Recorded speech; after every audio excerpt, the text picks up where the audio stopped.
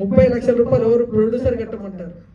So మనం 200 theatre release చేసుకోవాలని ఉన్నా మనం చేసిన నిరహార దీక్షలు మళ్ళీ మనం స్టార్ట్ చేయాలి, ఉద్యమాలు మళ్ళీ స్టార్ట్ చేయాలి.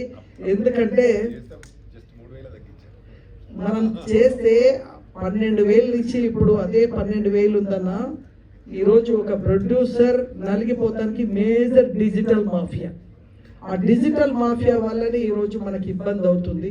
థియేటర్స్ ఉంటున్నాయి, ఎందుకంటే సినిమాలు లేక థియేటర్లు మూసేస్తున్నారు. ఇప్పుడు అన్న సినిమాలు లేక థియేటర్లు మూసేస్తున్నారు. పెద్ద సినిమాలకి అది కూడా హిట్, మార్నింగ్ షో హిట్ అంటే తప్ప మ్యాట్నీకి జనం లేరు.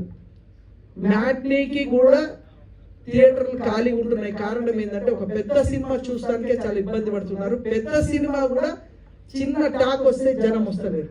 అలాగే ఒక చిన్న సినిమా ఎవరు తెలియని సినిమా హిట్ అవుతుంది.